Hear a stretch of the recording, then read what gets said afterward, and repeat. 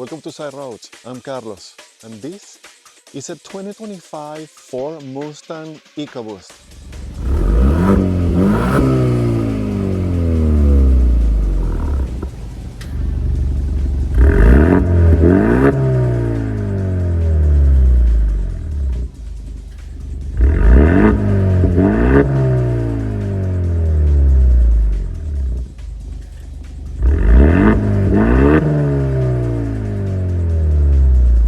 The Mustang EcoBoost comes with a 2.3-liter four-cylinder turbo engine that produces 315 horsepower and 350 pound-feet of torque.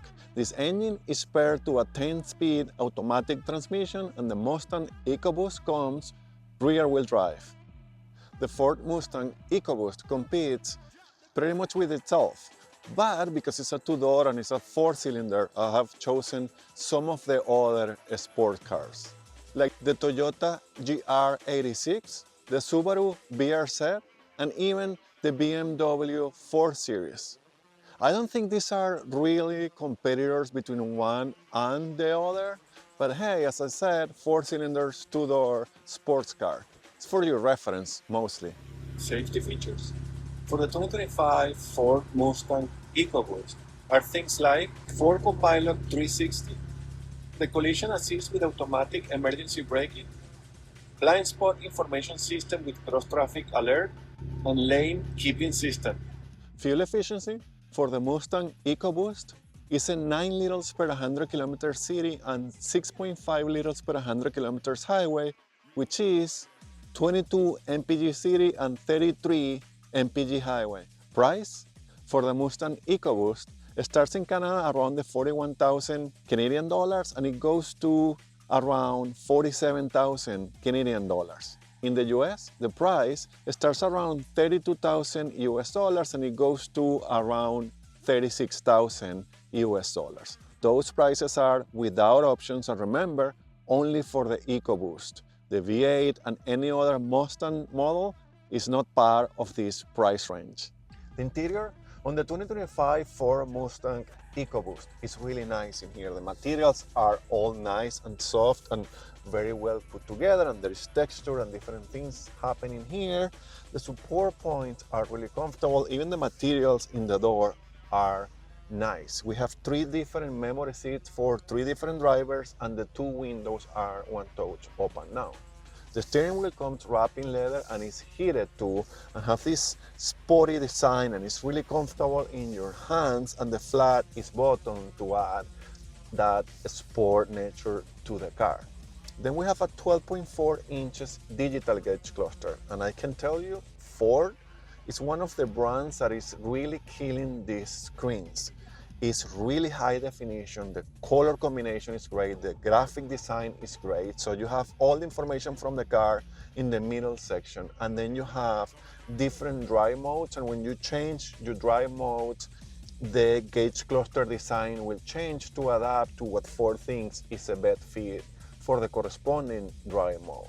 But on top of that, you can choose individually if you want to have one all the time between those for normal, sport, track, calm, and then you have take back from the classic, and you can get a classic 67 to 68 Mustang, or a Fox Body 87 to 93, or an SVT Cobra 99 to 01. Those are really cool. I really like the classic 67, 68, but you can leave the car to do it thin, or you can choose whatever the car adapts to the different drive modes. That is pretty cool, and the graphics here when you do those changes are also really cool. Then we have a 13.4 inches infotainment screen. Same story, really clear, the definition of the screen, the graphics, everything is really cool. You can change here your exhaust type from sport or track, normal, or somehow muted or quiet. That is cool, and you can have other stuff that are related to the Mustang racing part that I will not explain. I'm not that guy. But then you have the air conditioning controls here that are integrated to the screen, and they are always visible, so you don't have to go through a menu. You can expand this for the air conditioning control if you want, and you can use the bottom ones, and you can have your heated seats and a steering wheel here controls too. The screen is mostly responsive. I have a couple of times where it took a little bit longer, but in general it's fine. Has been working with Apple CarPlay with no issue. It has, of course, Apple CarPlay and Android Auto, and you have settings, and you have features, and you have everything you need here. The main screen, there is a split between the maps and your phone and the whatever you are listening to. So it's pretty cool because you have a lot of information here available for you at any time. I like that. Maybe these icons could be a little bit bigger, but other than that, this has been fine. We have here a little section with controls, ones to control all the racing part and the customizations for the car, and you have favorites, and you have your start, stop button, and a volume knob, which is really cool to have. Little cubby here, regular shifter, 2 cup holders. There is an electronic parking brake, but I think you can option an electronic real brake, I don't know. And then the center console is okay, considering that this is a Mustang, and the glove box I find really, really big. The seats are really comfortable. This is a surprise. I was expecting them to be more racy. You can get a Ricaros here, but the regular ones I found really comfortable, and I love the design. Everything about these seats is great, and they are leather with perforation in the middle, and they are heated.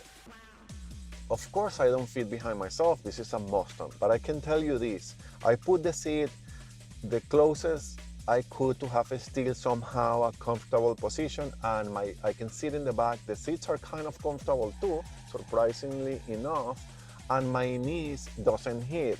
The problem is the height. So if you are not as tall or a super tall person, you may fit there. Another thing, one of my uncles used to have a Mustang when I was a kid, and he used to carry my cousins and I in the back all the time, and we survived and we liked it. It was super cool. So if you have kids and they are not that big, you can carry them there. The trunk is an average size. It's still practical. I think it's good. You can have a couple of luggages there, or your groceries, and maybe more. So I think it's practical considering that this is a Mustang. My last comment here, I'm surprised about the quality on the materials here. I drove a Mustang years ago. It was a rental, granted, but it was awful. This is another thing. Truly, the materials are great. There is a carbon fiber type of trim here, and this is wrapped in leather, and the combination of these two textures is really nice. And as I said, the door materials, everything, even the center console used to be plasticky and now is somehow wrapped in something here. So it feels upscale comparing to other Mustangs experience that I had in the past. So I'm glad. Sorry, that wasn't my last comment. This is going to be. As much as I love these screens and the way that they executed that, and I like that the screen is tilted towards me so it feels at reach, everything here is very ergonomic. By the way, I'm not sure this, despite bringing the Mustang to 2025 and 26, this represents Mustang. I like the gauges, and you can have them as the past Mustangs. That help for the nostalgia, but I don't know. I would like to know what you guys think about this particular thing. If you are an owner, or if you are a fan of Mustangs, what is your take on all these digital screens for the Mustang? So how is to drive the Ford Mustang EcoBoost? This is good. And let me start by saying, remember, I'm not a pilot, I'm not a car racer, I'm not an engineer. All this video will be based on my regular guy perspective. And I'm sure there is plenty of people that are fan of the Mustang that already hate this EcoBoost engine, but as a regular person that could be a potential customer for the Mustang, maybe, and I'm sure there will be also a lot of those that don't need or don't want a V8 maybe it's intimidating, or maybe uh, the MPG or the fuel economy, who knows. I'm just glad that Ford have done this, so it expands the reach of the Mustang, and there will be people that, you know, wants a two-door with a little bit of fun or a little bit of power and not a full Mustang. So I guess at the end of the day, options are always good. So the cabin, let me start with the regular car stuff and then we'll move to the Mustang stuff. So the cabin is quiet, I find, in general terms. It is. I was driving with the windows down, and as soon as I put them up, I saw and I felt the huge difference there. I took it in the highway. I'm in a smooth road right now, and it feels pretty quiet. This is good, especially if you have the exhaust off, and we are going to talk about that. So this is good. Then the seats are very comfortable, and this was a surprise to me. I think these are the second best seats from a Ford product. I love the ones from the Explorer, and these ones are really comfortable. I was expecting this experience to be all uncomfortable because it's a two-door, it's low to the ground, the seats, it's all the opposite. It has been a great week and a great experience with the Mustang. I really like it, and I think it's very friendly for most people, and that's important, especially when you decide to go for a car like this so you don't regret it. Very good. Then the suspension. The suspension is on the firm side, which of course, if you follow the channel and have seen any of my videos, you know that's how I like the suspensions. The important part here is that the car is not uncomfortable at all. I like it. I think you can live with this car as your daily driver with no issues. It's really, in general terms, a comfortable ride. It is firm, for sure. When the roads are not the best, you will jump here and there a little bit. Again, it's firm, but it's not crashy, it's not uncomfortable, it's not a deal breaker. I don't think anybody will regret the Mustang because of the suspension, so that is good too. The brakes I find really good.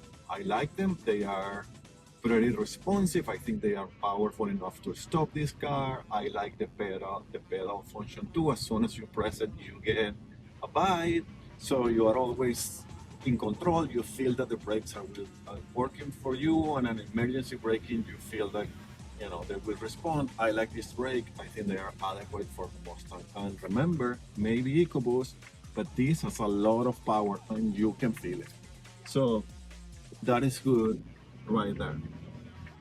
And visibility, which you may think, why is a Mustang? Well, surprisingly enough, the visibility here is great. The windshield is huge. I find the windows big enough. The back window is massive. I have full visibility of the car. And the blind spot in the T-pillar, I guess, it is almost none. And there is a little window there. This is great. I love the position of the side mirrors. And by the way, you have blind spot monitor and a reverse camera with sensor indicator around the car. So it's not fully a 360, but will help you better than a regular backup camera. So you are good there. These mirrors though, I find small. They do the job, but I think they could be a little bit bigger. But the position is perfect because it really helps to especially park this car. So it's all good there. Visibility, very good. I seen, read, watch other videos on the Camaro, for example, and apparently the visibility there was awful. I never driven one, so here is good story. It's a very good car to live with in a daily basis, I'm telling you. Really nice. And then we have the transmission. The transmission is my less favorite feature or element on this car. And I think the only way I have been thinking about this, what do I say? I think it's a two-phase transmission. And to me, this will be a problem because of my way of driving and my way of living, but for most people, this may be okay.